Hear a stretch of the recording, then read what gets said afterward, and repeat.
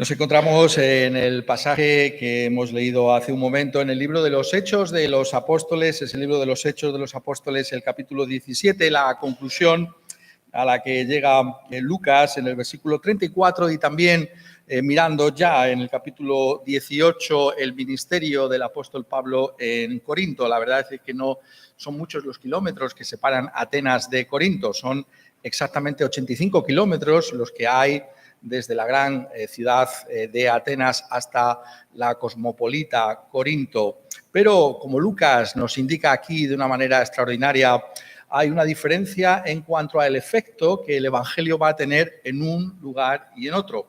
Y eso es lo primero que tenemos que notar en esta ocasión. Estábamos haciendo precisamente esa lectura entre el final del capítulo 17 y el comienzo del 18 para que pudiéramos también de alguna manera apreciar cómo Lucas, como este extraordinario historiador que es de la antigüedad cristiana, de la primera, lo que es la extensión del cristianismo en el Imperio Romano, al mismo tiempo nos está mostrando no solamente lo que es la historia misma de la Iglesia cristiana, sino mucho más que eso, lo que es un entendimiento, si lo podemos decir así, teológico, es decir, desde el punto de vista de Dios y del Evangelio, de lo que estaba aconteciendo allí en el Imperio Romano.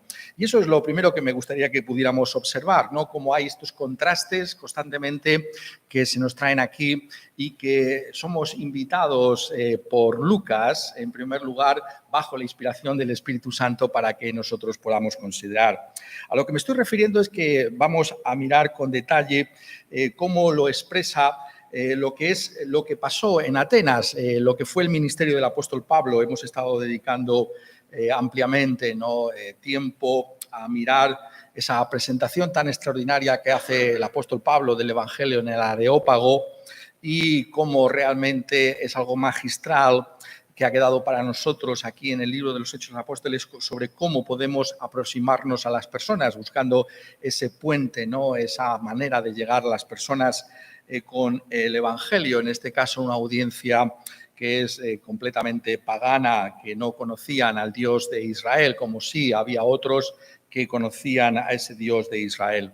Y lo que vemos, y esta es la conclusión del capítulo 17, es que nos dice Lucas que algunos creyeron juntándose con él. Algunos creyeron juntándose con él. Esta es la conclusión del ministerio de Atenas, que algunas personas sí creyeron. Algunos sí creyeron. Algunos creyeron. Pero, y esto es lo que quisiera que notarais en primer lugar, notad el contraste con lo que va a pasar en Corinto. Dice en el capítulo 18 y el versículo 8, y Crispo, el principal de la sinagoga, creyó en el Señor con toda su casa, y muchos de los corintios, oyendo, creían y eran bautizados. Notad ese contraste que hace Lucas. En Atenas son algunos los que creen, pero en Corinto dice muchos de los corintios. Muchos de los corintios. Y por si fuera poco, sigamos leyendo. Versículo 9 del capítulo 18. Entonces el Señor dijo a Pablo en visión de noche: no temas, sino habla y no calles, porque yo estoy contigo y ninguno pondrá sobre ti la mano para hacerte mal, porque yo tengo mucho pueblo en esta ciudad. Notad que son palabras del mismo Señor Jesucristo. Cuando pensamos en el Señor Jesucristo y en sus palabras, vamos a los evangelios, ¿no es verdad? Decimos, allí en los evangelios encontramos la palabra del Señor Jesucristo, pero aquí encontramos también palabras del mismo Señor Jesucristo resucitado y ascendido. Y en una visión en la noche, se le acerca al apóstol Pablo y le dice: no temas, sino habla y no calles. ¿Por qué? Porque yo tengo mucho pueblo en esta ciudad. Entonces, lo primero que quiere Lucas que notemos es ese contraste entre el fruto en Atenas, algunos, y el fruto en Corintio, muchos. Y esto es importante que nosotros también seamos capaces de apreciarlo. Se podría enfocar desde muchos puntos de vista, pero quizás el más adecuado para nosotros es darnos cuenta de que el fruto no depende de los predicadores mismos. El fruto no depende de las iglesias mismas, sino del Señor. Es el mismo apóstol el que predica el mismo evangelio en Atenas, donde algunos creen, y predica en Corinto ese mismo evangelio, esa misma persona, y muchos son los que creen. Tenemos que darnos cuenta de esto. ¿Por qué tenemos que hacerlo? Bueno, tenemos que hacerlo en primer lugar porque nos está mostrando la soberanía del Espíritu Santo. Es decir, el Espíritu Santo es aquel que lleva a cabo la obra de redención que ganó el Señor Jesucristo en la cruz del Calvario. Es la aplicación de la misma. Y esto está en las manos soberanas del Espíritu Santo. Es decir, es el Espíritu Santo el que hace que este evangelio se extienda por toda la tierra. Y es el Espíritu Santo el que dirige la extensión de ese evangelio y el fruto que ese evangelio pueda tener en cada uno de los lugares. Ya Lucas ha llamado nuestra atención sobre ese tema en el capítulo 16 y justamente tiene que ver con uno de esos momentos estratégicos, ¿no?, en la extensión del evangelio, ¿no?, en los tiempos como es cuando el evangelio llega por primera vez a Europa, ¿no? Estábamos también hace algunos meses mirando esto con detalle porque es fascinante como se nos dice en el capítulo 16 y en el versículo 6, y atravesando Frigia y la provincia de Galacia, notad las palabras, les fue prohibido por el Espíritu Santo hablar la palabra en Asia. Y cuando llegaron a Misia, intentaron ir a Bitinia, pero el Espíritu no se lo permitió. Y pasando junto a Misia, descendieron a Troas. Y se le mostró a Pablo una visión de noche. Un varón macedonio estaba en pie rogándole y diciendo, pasa a Macedonia y ayúdanos. Cuando Pablo vio la visión, enseguida procuramos partir para Macedonia, dando por cierto que Dios nos llamaba para que les anunciásemos el evangelio. En vez de continuar el apóstol como eran sus planes humanos, ¿no?, continuar predicando en Asia, en el lugar donde se encontraba en ese momento, el Espíritu Santo se nos dice aquí que le movió para que cruzara de continente, para que cruzara a lo que nosotros conocemos ahora como Europa y llegara hasta Filipos, y allí se fundó la primera iglesia cristiana en el continente europeo. Por tanto, vemos que hay una soberanía, ¿no?, una autoridad del Espíritu Santo para la extensión de su palabra. La palabra llega donde el Espíritu Santo quiere llevarla.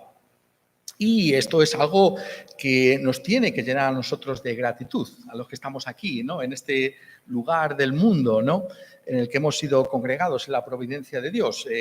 ¿Lo habéis pensado alguna vez? ¿Por qué llegó el evangelio, ¿no?, a estos lugares, ¿no?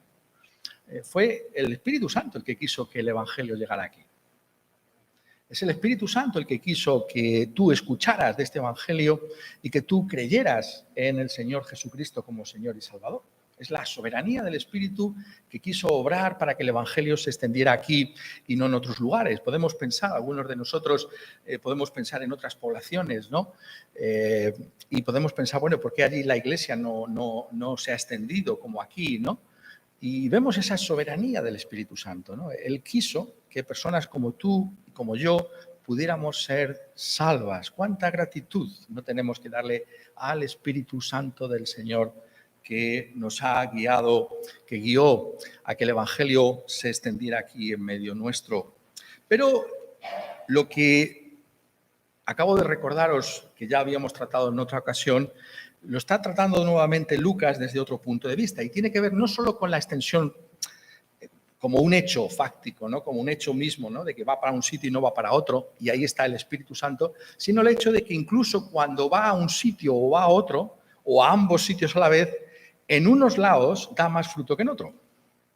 Atenas dice, algunos creyeron.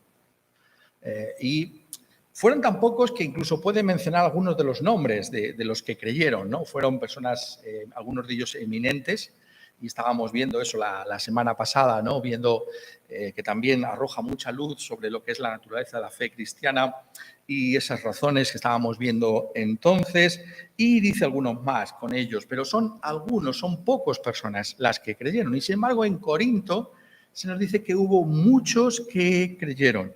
Es muy interesante pensarlo desde este punto de vista. Cuando leéis el versículo 8, dice: Crispo, el principal de la sinagoga, creyó en el Señor con toda su casa, y muchos de los corintios, oyendo, creían y eran bautizados. Ya ese mucho es más que lo que pasó en Atenas. Muchos con algunos. Pero os reitero, Jesús, el Señor Jesucristo, se le aparece en visión de noche a Pablo y le dice: no temas, habla y no calles, porque yo estoy contigo y ninguno pondrá sobre ti la mano para hacerte mal, porque yo tengo mucho pueblo en esta ciudad. Si había mucho pueblo ya antes de la visión, mucho más pueblo iba a haber después, porque el Señor Jesucristo le dice: detente aquí en Corinto. La visita en Atenas, si lo leéis incluso entre líneas, ¿no? Se puede captar perfectamente como realmente es una visita que dura muy poco, ¿no? El tiempo que pudo pasar Pablo en Atenas sería muy pocas semanas, ¿no? Podríamos calcularlo incluso, ¿no? Es poquísimo tiempo. Y sin embargo, en Corinto, notadlo, como Lucas, estos son los detalles que quiere el Espíritu Santo que notemos en las Escrituras. Dice: y se detuvo allí 1 año y 6 meses, enseñándoles la palabra de Dios. ¿Por qué? Porque el Señor le había dicho que esa palabra iba a llevar mucho fruto en muchas personas. Y entonces vemos cómo hay también una soberanía del Espíritu Santo, no solamente en la extensión del Evangelio en un sitio o en otro, sino también en el fruto que ese Espíritu Santo va a llevar en unos sitios y en otros. Es el Espíritu Santo el que ha dado fruto en Atenas, algunos, y es ese mismo Espíritu Santo el que ha dado fruto en Corinto, muchos. Y eso tiene que darnos ánimo a todos nosotros, ¿no? Porque muchas veces podemos pensar acerca del fruto, ¿no? ¿Qué fruto estamos viendo de nuestra extensión del Evangelio en medio nuestro? Y podemos llegar a conclusiones: quizás yo no estoy haciendo las cosas correctamente, quizás no nos estamos comportando adecuadamente. Y podemos pensar en nosotros, en primer lugar, sin darnos cuenta de que el fruto es una obra del Espíritu Santo. Es el Espíritu Santo el que da fruto. Es el Espíritu Santo el que convence a las personas de pecado, de justicia y de juicio, y es el Espíritu Santo el que lleva a las personas al Señor Jesucristo. Notadlo cómo lo está presentando aquí. Es el mismo, para que nadie tenga dudas de que lo que estamos diciendo es lo correcto, es el mismo apóstol Pablo. O pensamos que, y es muy curioso, ¿no? Como dice, Pablo salió de Atenas y fue a Corinto, o sea, no fue a otro sitio, ¿no? Pensamos que en Atenas Pablo era de una manera y en Corinto de otra. Es la misma persona, es el mismo ministerio, no ha pasado ni siquiera tiempo y él está predicando exactamente el mismo evangelio en un sitio y en otro. ¿Qué es lo que hace la diferencia? Es que Pablo fue más elocuente en Corinto de lo que lo fue en Atenas. ¿Es que usó mejores argumentos en Corinto que en Atenas? ¿Es esa la conclusión a la que nos lleva el texto? No.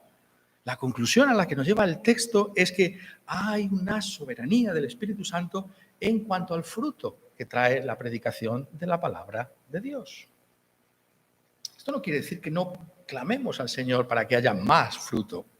Eso no significa que no nos preparemos lo mejor posible para anunciar el Evangelio del Señor Jesucristo, pero al final tenemos que descansar en la soberanía del Espíritu Santo que da fruto como estima conveniente. ¿Acaso no enseñó también esto nuestro Señor Jesucristo en sus propias parábolas? Sé que muchas veces lo vemos desde otro punto de vista, pero también se puede ver del que estamos viendo ahora, ¿no? En cuanto a lo que voy a decir, la parábola central de ese capítulo 13 de Mateo, del Evangelio de Mateo, que también aparece en el Evangelio de Marcos, y es la parábola, digamos, que controla el resto de las parábolas en el sentido de que es la primera y es así como debemos de entender esas parábolas del reino de Dios que son tan fascinantes. Recordáis el sembrador que salió a sembrar y habla de los terrenos, ¿no? Y muchas veces nos centramos en ello correctamente, como hay lugares donde esa palabra no crece. Pero fíjate, cuando la semilla cae en buena tierra, Hechos, Mateo capítulo 13, versículo 8, dice, parte cayó en buena tierra y dio fruto. Pero no se queda ahí, dice, cual a 100, cual a 60 y cual a 30 por uno. Aún siendo buena tierra, hubo una diferencia en el fruto. No toda la tierra, siendo buena, dio ese mismo fruto. Entonces vemos que hay una variación, ¿no es verdad?, en las cosas de Dios, ¿no? Hay una soberanía de Dios que dirige todas las cosas y tenemos que descansar en la misma, tenemos que reposar en la misma. Si estamos cumpliendo con nuestro deber hasta donde llegan nuestras fuerzas y nuestras capacidades, entonces tenemos que descansar en el Señor porque Él sabe el fruto que va a dar el anuncio del Evangelio. Tenemos que hacer como el apóstol Pablo en Atenas, esforzarnos por presentar a Cristo de una manera adecuada, pero tanto como lo hizo en Corinto. Y descansar en el Señor. El fruto depende del Señor. Incluso la cantidad de fruto que pueda haber en un lugar o en otro es algo que se reposa en la soberanía del Espíritu Santo. Esto es algo que nos está enseñando, por tanto, aquí Lucas y debemos ser capaces de llevar al corazón. Es importante que notemos esto para que no nos desanimemos en ningún momento, cualquiera que sea el fruto que podamos ver del anuncio del Evangelio. Lo que se requiere, como dice el apóstol Pablo en 1 Corintios, de los siervos de Dios es que sean fieles, que anuncien la palabra de Dios de una manera adecuada. El fruto no está en nuestras manos. El crecimiento lo da Dios y tenemos que reposar en ese Dios que da ese crecimiento. Pero el texto, en segundo lugar, llama nuestra atención sobre algo que es importante y que lo vamos a ver incluso desarrollado mucho más en Corinto. Ahí también habría una manera en la que Lucas nos está trayendo esa comparación entre Atenas y Corinto. Pero en esta ocasión lo vemos también en el versículo 34, cuando dice más, algunos creyeron, ya lo hemos visto, algunos creyeron, y dice algo más, dice juntándose con Él, juntándose con Él. ¿Por qué es eso importante, eso de que se juntaron con el apóstol Pablo? Esto tenemos que mirarlo, ¿no? Cuando el apóstol Pablo está anunciando el Evangelio en el Areópago, está allí el Pablo y todos los que están escuchándole son una multitud, una sola multitud de personas, ¿no? Después del anuncio del Evangelio, de ese grupo de personas que habían estado escuchando, algunos de ellos se juntan con el apóstol. Salen de ese otro grupo que había escuchado y se juntan con el apóstol Pablo. Eso es lo que significa, por cierto, la palabra iglesia. La iglesia son los llamados por Dios. De entre el mundo, de entre las personas que escuchan el Evangelio, hay personas que por esa soberanía del Espíritu Santo oyen, y como pasa aquí, que se nos dice en Corinto, creen y son bautizados. Y se juntan con, en el caso de Atenas, con el apóstol Pablo. Esa palabra es muy curiosa, ¿no? La palabra que se usa aquí para juntarse, ¿no? Literalmente es la cola, ¿no? Encolarse, ¿sabéis lo que es encolar? Todos lo sabemos, ¿no? Se encolaron con el apóstol Pablo. Es una palabra que quiere decir que vinieron, el castellano no lo refleja del todo, ¿no? Porque puede estar junto a alguien, ¿no? Pero la idea del original no es simplemente que estás al lado de alguien, sino que vienes a ser uno, te encolas, te pegas a esas personas. La iglesia es aquello a lo que somos llamados por el Espíritu Santo cuando creemos el Evangelio acerca de esa salvación que tenemos en el Señor. Nos encolamos. Me gustaría que pudiéramos pensar en esa expresión por unos momentos, ¿no? Porque Lucas la considera importante, ¿no? Ya ha hecho alusión a ella anteriormente en el capítulo 5 y en el versículo 13, cuando describe la iglesia en Jerusalén, la iglesia madre de Jerusalén, dice de los demás: ninguno se atrevía a juntarse con ellos, más el pueblo los alababa grandemente. Juntarse ahí es la misma palabra. Ninguno se atrevía a hacerse uno, a encolarse con ellos. ¿Quiénes lo hacían? Bueno, pues es los que habían creído. Entonces, tenemos que pensar lo que es la iglesia, o cuál es, si me permitís que lo diga así, el efecto que tiene la predicación del Evangelio en las personas. O, poniéndolo en términos de una pregunta, ¿qué hacen los que creen? ¿Qué hacen los que creen? ¿Qué hacen los que creen? Y esto es una pregunta que es mucho más relevante de lo que podemos pensar por un momento en una sociedad como la nuestra, tan individualista, ¿no? Y que sufre y va a sufrir mucho más por esa soledad que ha traído la pandemia, ¿no? Cuán terrible es la soledad. Es algo terrible, es algo realmente que ha traído la pandemia. Ya había soledad, y la soledad tenía algo que decir en nuestra sociedad tan individualista, pero que se ha acrecentado muchísimo más con la pandemia, que nos ha aislado, nos ha hecho islas los unos de los otros. Pues bien, la Iglesia, por eso digo que esto es tan relevante, la Iglesia rompe ese tipo de moldes. La vida cristiana solo se puede vivir juntos. Ser cristiano significa adherirse, juntarse con una iglesia. Es algo natural, ¿no es verdad? Porque dice, más algunos creyeron juntándose con él. Es decir, es lo más normal. Hemos oído al apóstol Pablo predicar, hemos creído lo que el apóstol Pablo está diciendo acerca de Jesucristo, pues nos juntamos con él. Eso es una iglesia, ¿no? Muchas veces tenemos esa idea, ¿no? En nuestra cultura, ¿no? La iglesia es un edificio o una institución o una organización. En el Nuevo Testamento es algo muy sencillo. La iglesia son las personas que se juntan, notadlo bien, bajo la enseñanza apostólica. Porque aquí Pablo, claro, es una persona de carne y hueso, pero ¿cómo lo vemos hoy en día? En segundo lugar, tenemos que verlo que nos juntamos porque todos hemos recibido y aceptado la enseñanza apostólica acerca de Jesucristo. Como hemos leído también en Corinto, ¿no? Que hemos creído que Jesús es el Cristo. Hemos creído que Jesús es nuestro Señor y Salvador. Y hoy en día Pablo para nosotros es la Biblia, la enseñanza apostólica. No tenemos a un Pablo de carne y hueso aquí con nosotros, pero si me permitís, y muchas veces sabéis que lo pongo de estos términos que son atrevidos, pero creo que son bíblicos, tenemos algo mejor que Pablo, algo mejor que Juan, la Biblia. Porque en la Biblia lo tenemos todo. ¿Lo habéis pensado alguna vez? Los escritores, cada uno escribe, inspirados por el Espíritu Santo, pero nosotros tenemos todo lo que ellos escribieron y todo para nuestro bien espiritual. ¿Qué iglesia?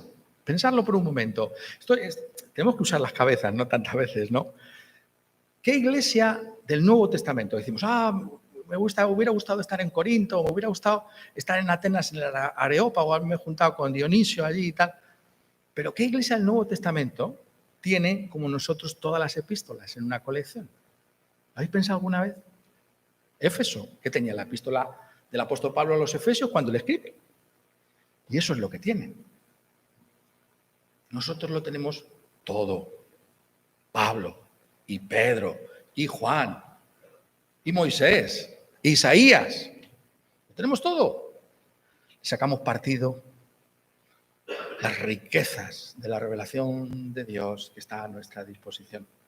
Pues bien, se juntaron bajo la enseñanza apostólica. Eso es una iglesia. Una iglesia cristiana se identifica porque acepta como su autoridad máxima y suprema la palabra de Dios, la Escritura. Y nos sometemos a la Biblia. y nos sometemos a la palabra de Dios. Por eso hacemos también esta predicación expositiva, ¿no es verdad? Porque queremos que la Biblia brille con todo su esplendor y podamos ponernos bajo ella. Eso es lo que queremos. Viendo todos estos detalles que no están aquí por casualidad. Recordar que creer en la inspiración de la Biblia significa estudiar la Biblia de esta manera, para apreciar todos esos detalles que son importantes para tu vida cristiana y para la mía. Por tanto, es algo natural. Sobre la base de la enseñanza apostólica ya hay una asociación de estas personas entre ellas. Esa palabra que estamos diciendo, quedaos, si os quedáis con algo, quedaos con esa palabra, encolarse, ¿no? ¿Qué es una iglesia? Pues nos hemos encolado, ¿no? Se asocian. Y es una asociación que tiene que ver físicamente con estar unos juntos con los otros. ¿No es verdad que una de las cosas que hemos echado más de menos en la pandemia, el estar juntos? Yo lo he dicho muchas veces, no me importa decirlo incluso en público. Lo que peor he llevado ha sido los domingos sin poder estar aquí con vosotros. Todos lo hemos pasado mal en unos sitios, en otros, pero eso de un domingo no estar con vosotros, yo lo que peor he llevado. Me ha costado muchísimo. Un domingo en mi casa, es que, ¿por qué? Porque hay una afinidad de juntarnos los unos con los otros, ¿no? De querer estar los unos con los otros, de vernos, de estar juntos, ¿no? Esto es más importante de lo que parece, porque sabéis una cosa, aunque muchas veces se nos olvida, Dios nos ha hecho cuerpos, no solamente almas. Los ángeles son solo espíritus, pero nosotros tenemos un cuerpo. No lo digo para que nos avergoncemos, sino al contrario, para que demos gracias a Dios por ello. ¿Y qué significa eso? Significa que nos gusta vernos, que nos gusta estar juntos. No podemos ahora tocarnos, ¿no? No podemos besarnos. Pero esto es lo que somos.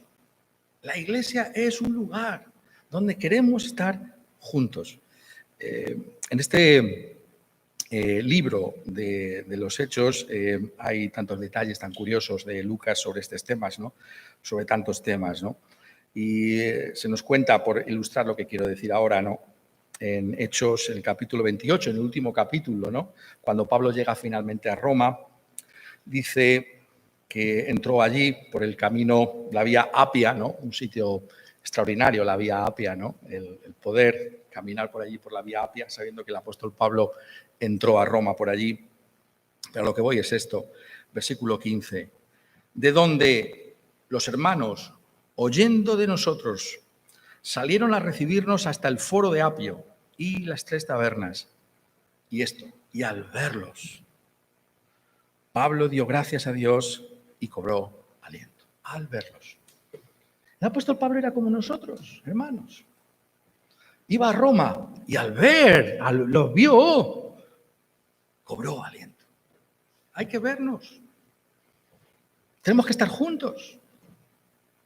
No simplemente distancia. Sí, estoy contigo, no, pero te veo. Tengo que estar contigo, quiero estar contigo. Fundamental. Al verlos, cobró aliento. No es una de las cosas que echamos de menos de esta pandemia, que no podamos estar todos juntos, ¿no? Que no podamos estar con todos y poder vernos todos. Hay, por tanto, esa relación física, que es una relación emocional también, que incluye toda nuestra persona. Sentimos por los hermanos, queremos estar con los hermanos y nuestra emoción está con los hermanos. Sentimos, estamos viendo las cosas malas de la pandemia, pero también pensamos en las cosas buenas. Una cosa buena, por ejemplo, cuando ha pasado mucho tiempo sin ver a alguno y cuando lo vemos, ¿no? Esta semana he tenido yo la ocasión de ver a un hermano, ¿no? Que no lo habíamos visto desde marzo. Qué alegría verlo otra vez. Es una emoción. Me emociona ver a ese hermano. Nos damos cuenta de lo que es una iglesia. ¿Por qué viene este deseo, no? Porque hay una comunión espiritual. Es algo físico y emocional porque compartimos el mismo Espíritu Santo del Señor Jesucristo. Eso es lo que hace que la iglesia sea única. Eso hace que la Iglesia sea como algo totalmente distinto a lo que hay en este mundo, porque en este mundo la gente se asocia por intereses propios, ¿no? Por intereses que puedan tener en común entre todos ellos, legítimos. No estamos diciendo nada en contra de esos otros lugares en los que te puedes encontrar, ¿no? Pero la Iglesia, lo que une a la Iglesia, lo que cimenta a la Iglesia, lo que encola a la Iglesia es que compartimos el mismo Espíritu Santo del Señor. Porque hemos creído esa misma enseñanza apostólica acerca de que Jesucristo está vivo y es el único que puede darnos esperanza en vida y a la hora de la muerte, en el día del juicio final. Ciframos nuestra esperanza en aquel que es nuestro Señor y Salvador. Y esa enseñanza que compartimos es la que nos une. La Iglesia, por tanto, no es accidental. No es algo adventicio. Bueno, pues vale, si tengo un hueco, si tengo un rato, si puedo. No, tenemos que decir, la Iglesia es el lugar donde está el pueblo de Dios. Estamos juntos, como pueblo, como comunidad. Queremos estar juntos. Y, finalmente, sobre lo que significa esa palabra, es el unirnos a una iglesia, la evidencia final de nuestra fe. Esto lo está constantemente diciendo Lucas aquí en el Evangelio, en el libro de los Hechos de los Apóstoles. Lo está diciendo constantemente. ¿Por qué?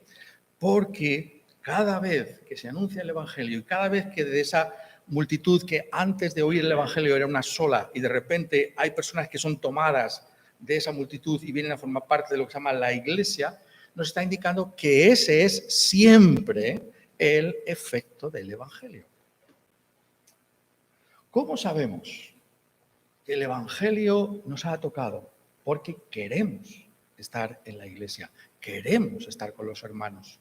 No es una cosa individual, no es una cosa mía, en mi casa, privado. Por supuesto que tenemos que buscar al Señor de una manera privada. Por supuesto que tenemos que cerrar la puerta y orar al Señor en privado. Claro que sí. Pero la evidencia de la fe es que estamos con los hermanos, queremos estar con los hermanos, formamos parte de la Iglesia del Señor Jesucristo. Ha sido así siempre desde la Iglesia primitiva que aparece aquí en el libro de los Hechos Apóstoles y es la característica común de la Iglesia del Señor Jesucristo. Por eso las palabras de Jesús. Porque yo digo, y en estos días se oye mucho eso, ¿no? Es verdad. El Señor está conmigo. El Señor está conmigo. Pero ¿sabéis una cosa? ¿Cuándo ha dicho el Señor que está con nosotros? Tenemos que pensar siempre bíblicamente. Donde 2 o 3 están congregados, allí estoy yo en medio de ellos.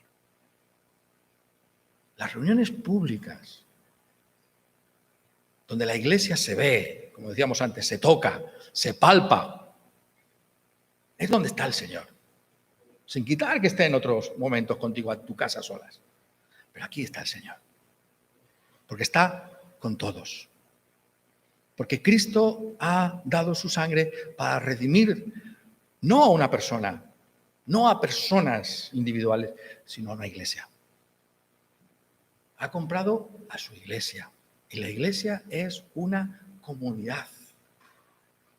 Y queremos estar juntos. Es, si me permitís que lo diga así, el instinto de la fe.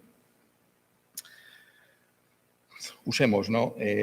A los otros apóstoles para reforzar esta enseñanza, ¿no? La gloria de nuestra fe, usando lo que os comentaba hace un momento sobre la Escritura, sobre la base bíblica de lo que estoy diciendo en este último punto.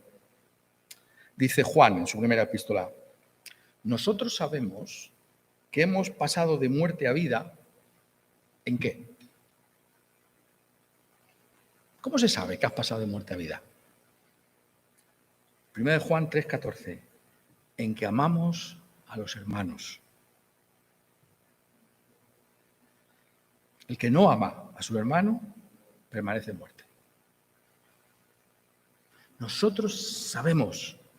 No dice, puede o quizás. No, es el lenguaje de la seguridad. Nosotros sabemos que hemos pasado de muerte a vida, en que amamos a los hermanos, a la iglesia, a la congregación. Estamos con ellos, sufrimos con ellos, sentimos con ellos. ¿No dice el apóstol Pablo, 1 Corintios 12? Si una parte del cuerpo se duele, no se duele el resto del cuerpo.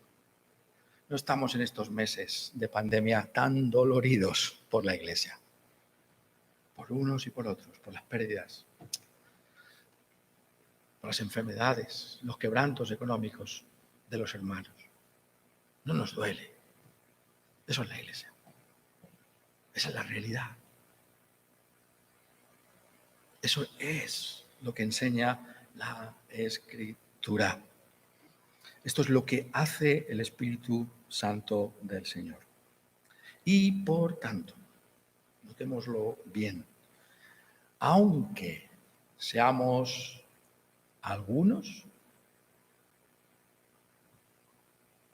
tenemos que estar juntos. No seremos Corinto, o quizás sí, pero aunque seamos Atenas, tenemos que estar juntos. Esa es la iglesia. Esa es la voluntad de Dios para tu vida y para la mía. Que nos demos cuenta de la importancia crucial que tiene la iglesia en los propósitos de Dios. Si hemos creído, tenemos que estar con los hermanos. Queremos estar con los hermanos. Oramos para estar con los hermanos, aunque seamos pocos. Quiera el que nosotros también, como aquellas iglesias primitivas, podamos estar juntos, anhelemos estar juntos, sigamos anunciando ese evangelio para que no seamos solamente algunos, sino que quiera el Señor que seamos muchos más. Que Él reciba toda la gloria en su iglesia por su amor inalterable por la misma. Amén.